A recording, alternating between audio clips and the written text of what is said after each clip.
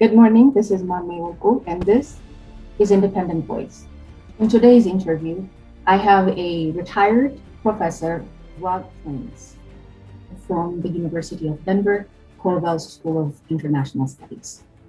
We will be primarily talking about US foreign policies in relation to Africa, focused on two major areas. One being the recent visit of Senator Coons to Ethiopia, and also the recent assignment of the new envoy to the Horn of Africa, Jeffrey Feldman, what it means for Africa and what it means to Ethiopia.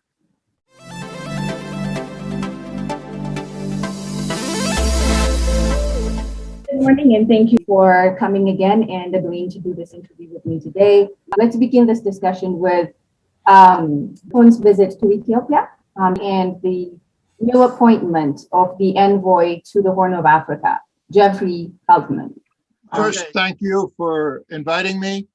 I'm quite interested in the subject and quite frankly anxious to share some of my thoughts on what's happening. And of course, we need to focus in terms of U.S. policy in Ethiopia on first the visit of Senator Chris Coons to Addis Ababa in late March, and the more recent appointment on April 23rd of Jeffrey Feldman as a special envoy to the Horn of Africa. And we'll get into that shortly. But before I do that, I'd like to just give a little historical context for what's happening. That the visit of Coons and Feldman really are part of a larger picture that goes back 140, 150 years. So, without elaborating on that too much, let's just remember certain facts that are really quite important to understanding Ethiopia and Africa today. And the first is to remind the listeners, the audience, that in 1884, a meeting took place in Berlin. It was called the Congress of Berlin. And basically what happened at that meeting was Africa was literally sliced up and divided between different European powers. The pretext for doing that was what is referred to as the white man's burden, lifting up the poor, not so bright people of Africa, as part of that racist scheme that existed that put white Europeans on top and black Africans on the bottom of a kind of civilization triangle that existed at that time. So that was the pretext. Oh, the Europeans and all their goodness were going to help those poor, not so bright Africans, out of the mud in which they were living. But the real reason, there's pretext and there's deeper reasons, and the deeper reasons were basically something approaching then and now a stampede for the wealth of Africa, the raw materials, be it its water, be it its food sources, be it its minerals, with very little actual development of the continent. If in many cases it was just the opposite that took place. So that was in 1884. That was what followed was the classic period of European colonialism in Africa. After World War II, things changed a little bit. Well, they changed some, and many African countries, beginning in the, I think, mid-1950s through around 1970, I suppose going up to 1975 when the Mozambique, Angola, and the islands gained their independence from Portugal. We have this whole period where Africa is decolonized and African countries gain what I refer to as titular or symbolic independence.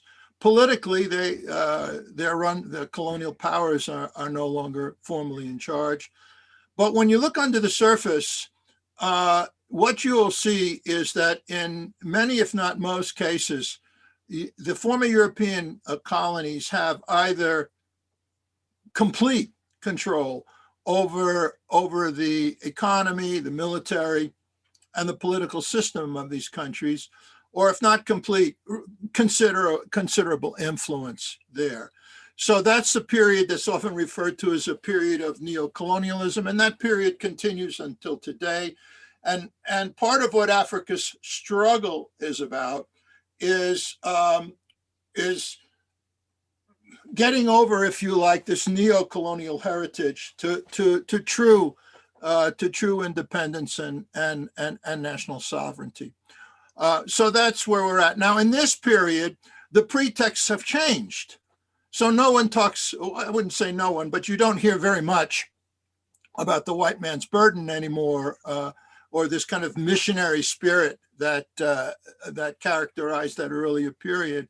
You hear about development, you hear about democratization, you hear about humanitarian concerns, humanitarian intervention.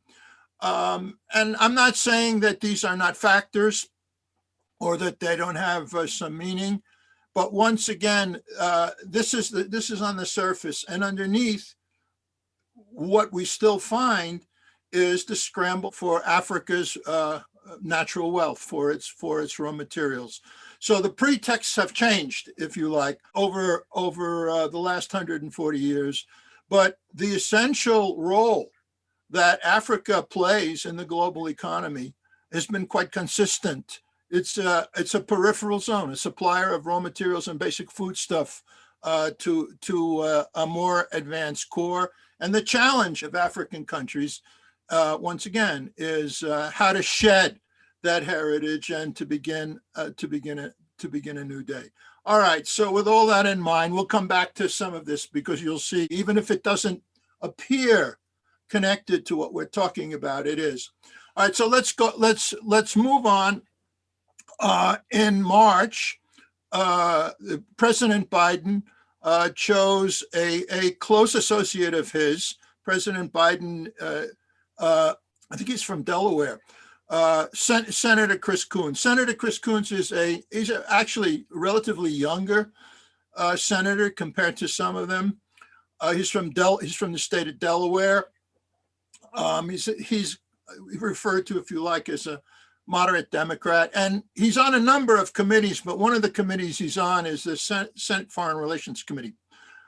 As a member of that committee, the President Biden chose him for a special assignment to go to Ethiopia, and as it was portrayed in the media, an information gathering, i.e., already in March, the crises, there are a number of crises in Ethiopia that had become quite marked. There was the Ethiopian crushing of the Tigray rebellion, TPLF, in the Tigray province. There was growing concerns, threats from Egypt and Sudan concerning the second filling of the great Ethiopian Renaissance Dam, something that I think my American friends mostly are not particularly aware of, but something we're going to come back to, because it's a very important project, not just for Ethiopia, but for the whole Horn of Africa. In November of last year, in fact, on Election Day here in the United States, there was quite a disturbing, it really was an insurrection against the Ethiopian government that took place in its northern command. Most of the soldiers in that particular fort, that area, were slaughtered. That was followed by a really horrific killing of civilians. And shortly thereafter, that uprising was put down by the Ethiopian military. Looking back at it now, it's pretty clear to me what this rebellion was about. It was an attempt to try to overthrow nothing short of trying to overthrow the government in Addis Ababa. The hope among the Tigray militants was that their military attack would provoke other uprisings throughout Ethiopia that would force the government to collapse. That failed. The opposition here had no sense whatsoever of the strength of the Ethiopian military and its ability to put down that rebellion, which was done. In any case, so all these things are happening, and Chris Coons is sent to Ethiopia. The way that the Coons visit is described in the American media is quite interesting. He's going on a fact-finding mission, which sounds completely reasonable, by the way, under the circumstances. And that's the way that it was also reported when Coons returns to the United States in the Washington Post and the New York Times and the rest of the mainstream media. In Africa and in Ethiopia, the meeting was portrayed quite differently. It was not a fact-finding mission. It was a mission in which Coons, representing Biden, and Secretary of State Anthony Blinken basically gave ultimatums to Ethiopia on what it should do, what kind of a solution it should agree to on the GERD, which was the GERD is again the Great Ethiopian Renaissance Dam, that it should delay the filling of the dam for quite some time actually, and then on the Tigray front, on the front with the Tigray rebellion. It almost made it sound like Tigray was already another nation. There should be some kind of negotiations between the government and the TPLF. Again, TPLF, the Tigray People's Liberation Front, okay? The insurrectionists, and calling for complete and total access of foreign powers into Tigray province. And this was a political ultimatum. The ultimatum was followed already in the month of December 2020 by talk in the US Congress of sanctions against Ethiopia. That talk continues. The last I saw was a couple of weeks ago, where congressional letters, there were bipartisan letters, were being circulated in both the House and the Senate, calling for sanctions, and the demands remain. If you're not familiar with the situation, the demands are essentially along several lines. First, complete and total access to Tigray by foreign powers. Secondly, forcing or putting pressure, I guess I should say, on the Ethiopian government to negotiate, to enter into negotiations with the Tigray People's Liberation Front.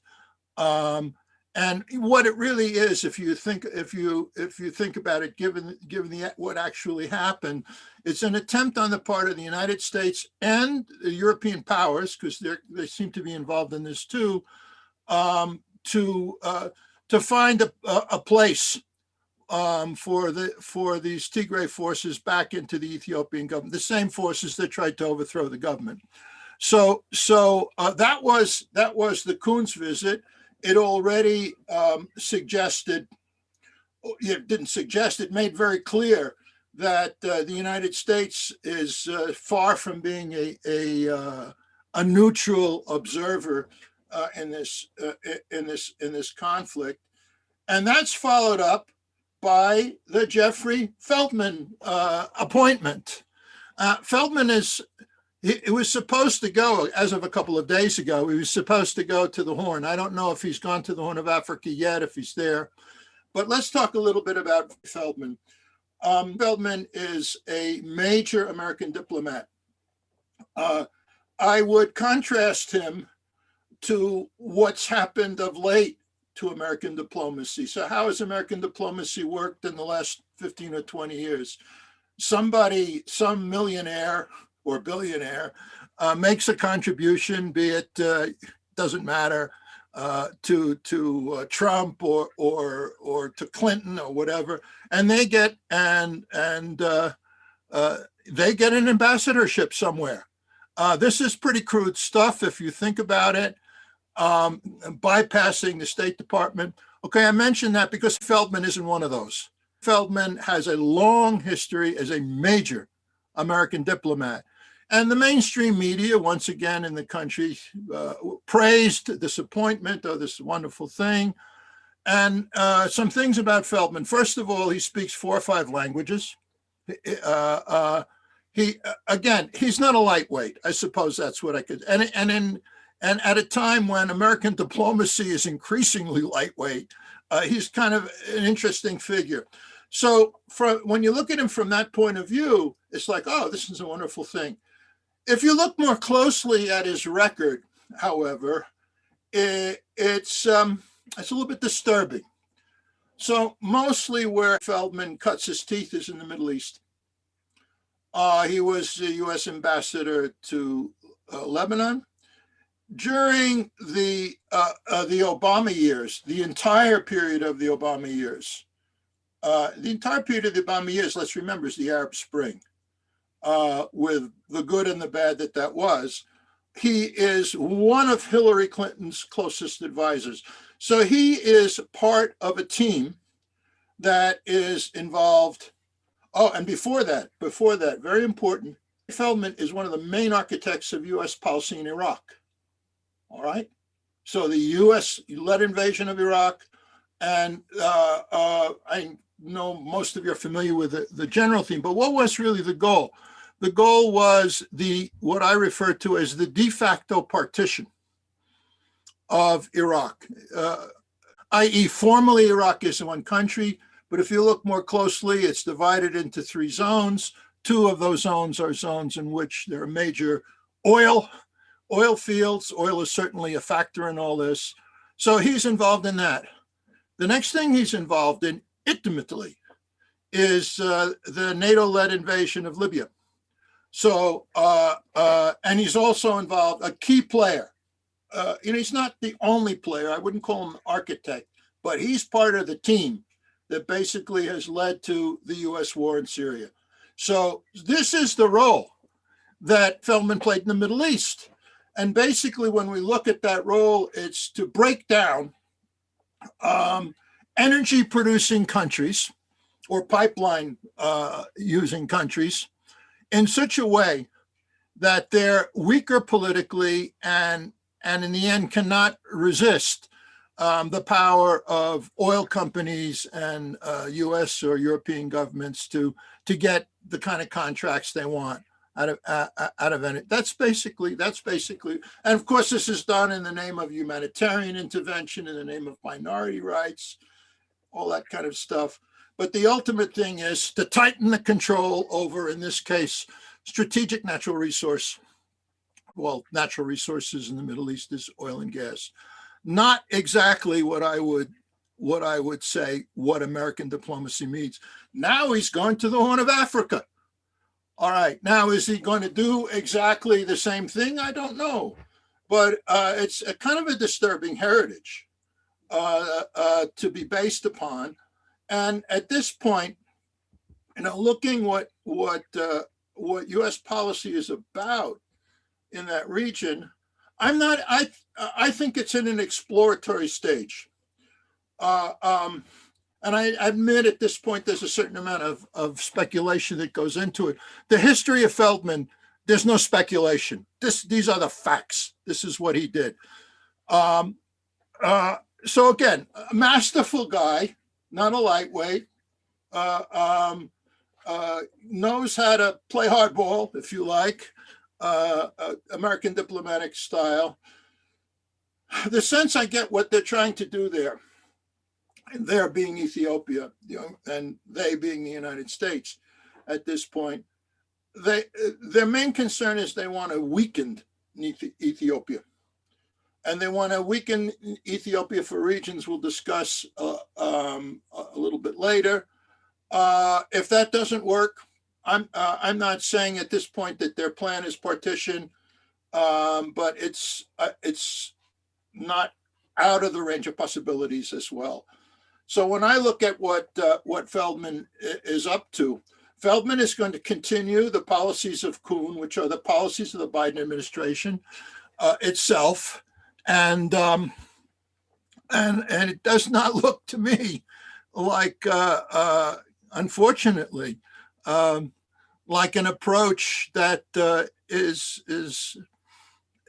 going to be a wholesome approach to the issues going on in Ethiopia. But I do think that it's pretty accurate in terms of what's going on there. I agree 100%. Wholesome, we don't know. I guess there's one more thing I want to add here, Mame, and that is it's really important to understand something about American foreign policy. It is bipartisan. So, for example, if you're a Democrat, right? Okay. If you're a Democrat and you listen to the awful remarks that Donald Trump made about Ethiopia, I think it was last September, when he was at a ceremony where the Sudan and Israel normalized relations. And then seemingly out of context, he's talking about the Egyptians should bomb the great Ethiopian Renaissance dam. I mean, just crude, racist, horrible statements. And so Democrats can say, yes, look at the horrible policies that the Republicans have towards Ethiopia. And they would be right. The problem is that take away the crude language, and the Democratic approach to Ethiopia, it might be more refined linguistically, but it's the same. It's the same. So the differences between Democrats and Republicans, they do exist domestically, certainly, and they're significant. But what most Americans they fail to appreciate is that foreign policy remains pretty much bipartisan. And this is certainly true in the Horn of Africa. So it's a mistake to kind of favor, if you like, whatever your politics are, what be they Republican, Democrat, or independent. It really doesn't matter. When it comes to foreign policy, there's a bipartisan approach. And towards Ethiopia, the differences between the approach of Trump and Biden are differences in style. You're not going to hear Anthony Blinken calling on Egypt to bomb Ethiopia outright. He might suggest it in private, but so let's keep that in mind. And therefore, in our understanding of how to change U.S. foreign policy, we must start with, we got some problems, whether it's Democrats or Republicans who are in control. Okay. That was pretty good. Thank you so much for giving us that kind of perspective and being candid about it. It is what it is. What I wanted to ask you is, do you think Americans should care and pay attention? Well, that's a really good question. And as someone who's lived in this country for decades now, you have an understanding, what I would call, of the basic decency and goodness of the American people. And I don't just say that rhetorically. I believe that. But part of the problem is, and we're in a bubble here. It's not only certainly about Ethiopia. It's about Africa. I think you've seen, and more than that, I think you've seen some of these recent surveys where they ask kids, where is, fill in them as Tunisia, all right? They think it's Indonesia, Ethiopia. They don't have a clue. So, and this is a real problem, that Americans don't think about foreign policy, other than those that are in power and maybe a few others, like myself, and yet they're united. The foreign policy and the domestic policy, they're part of the same package. And so I don't know how it is to convince people that what's happening in Ethiopia, okay, or in the Ukraine, or in Venezuela, or in India, that it affects us. and it's part of the world. The best way you can learn about that, I think, today is the COVID-19, right? COVID, it's global. It's a global phenomenon.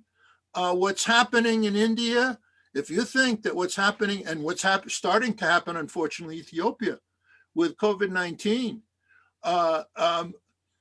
you don't have any feelings for that because it's not happening here. Well, that's a narrow and mistaken framework, because in the world in which we live, what's happening in India and Ethiopia concerning COVID, or Brazil, is going to come back to haunt us. And that's kind of a pragmatic reason to be concerned about it, and it's real. But on another level, it's a problem for Americans. Also, part of our mindset deep in us is this whole notion of we're different. It's referred to as American exceptionalism. So there are a lot of reasons why whatever's going on in Ethiopia is difficult for Americans to absorb. And historically, when is it that we take an interest in another place in the world? Well, I hate to put it again so crudely, but when our sons and daughters return in body bags, as they did in Vietnam, and there's got to be another way to kind of break through that bubble for people to understand that wherever people are suffering, whether it's here in the United States, all this police terrible crimes against people, well, mostly people of color, or whether it's in Ethiopia or in India or in Myanmar, it concerns us. So that's certainly my framework for all this. And the other part of the framework is, we're still trying to undo the damage that was done by that Congress of Berlin in 1884. Those structures that were put in place, they still pretty much exist, and they have made the challenge of development, the struggle for prosperity and democracy, that much more complicated. It's one of the challenges. In my own mind, there's no simple formula, but in my own mind, when people say, what can we do for Ethiopia? My starting point is we need to develop Ethiopian American friendship associations, organizations that are broadly based, okay, without an ideological cutting edge, but the point of which is to give Ethiopians here, the nearly 1 million Ethiopians in the United States who've come here over the last 50, 60 years, also a way to educate the people of this country about what's going on, and not just the problems, but also the possibilities, which are great, and also for us Americans to connect to Ethiopia on a human level, in such a way that we feel the same way about the problems that are facing us here as are going on there. And for us, there are different doors for Americans to understand Africa. Ethiopia isn't the only one, but I think it's a great way for all kinds of reasons, So this is the big challenge. And my concern is always, how do we do this on a people-to-people basis? And how do we do this on a grassroots basis? Governments they're involved, and big companies, they have their interests.